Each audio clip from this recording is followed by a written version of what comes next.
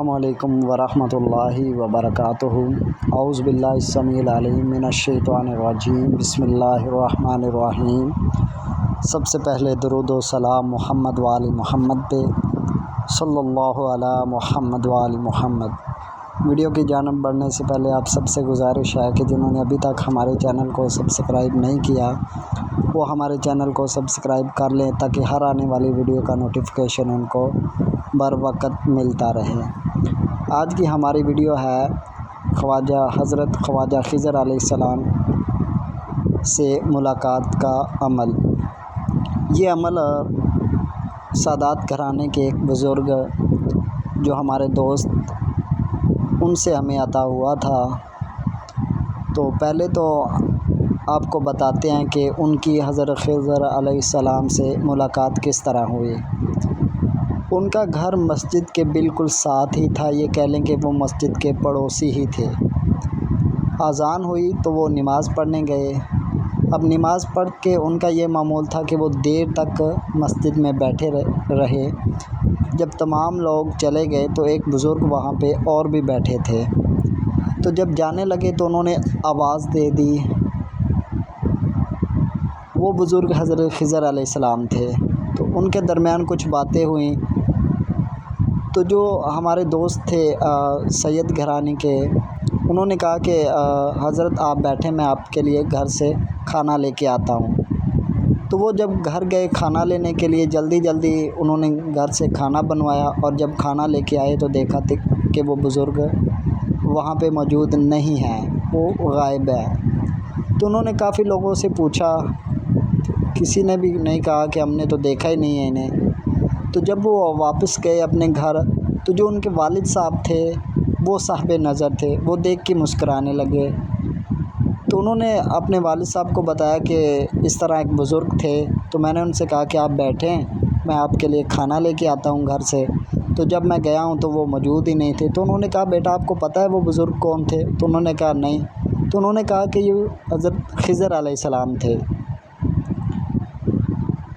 تو انہوں نے کہا کہ جب بھی کسی مسجد میں دو اذانیں بیک وقت ہوتی ہیں، مقصد کسی نے ایک اذان کہہ دی، 5-10 منٹ بعد کسی کو نہیں پتہ چلا کہ ہماری مسجد میں اذان نہیں ہوئی تو اس نے ایک اور اذان دے دی، تو جب دو اذانیں اکٹھی ہوتی ہیں کسی مسجد میں تو اس مسجد میں حضرت خضر علیہ السلام نماز ضرور پڑھتے ہیں۔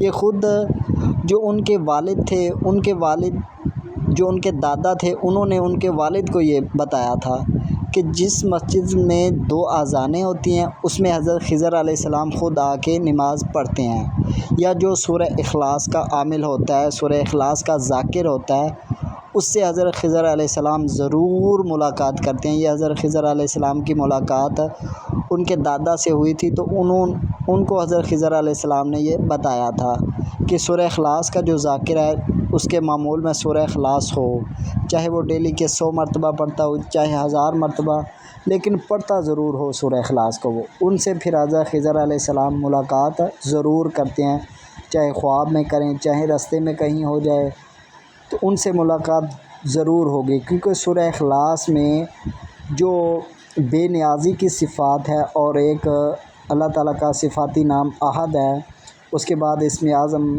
صمد ہے، تو سورہ اخلاص میں ایک وحدانیت اور دوسرا بے نیازی کی صفت ہے۔ تو حضرت خضر علیہ السلام بھی دنیا سے بے نیاز، دنیا کے لوگوں سے بے نیاز اور مالک کے ساتھ رابطے میں، تو اس لیے جو ان کا سلسلہ تھا، سید گھرانے کے بزرگ تھے، ان کا سلسلہ کلندریہ سلسلہ تھا۔ کلندریہ سلسلے میں سورہ اخلاص بہت زیادہ پڑھی جاتی ہے۔ کلندریہ سلسلے کے بزرگ 10 دن میں سورہ اخلاص کا 1.25 لاکھ کرتے ہیں، 5 دن میں، 10 دن میں، بہت زیادہ تعداد میں پڑھی جاتی ہے، چشتیہ سلسلے میں بھی اور کلندریہ سلسلے میں بھی۔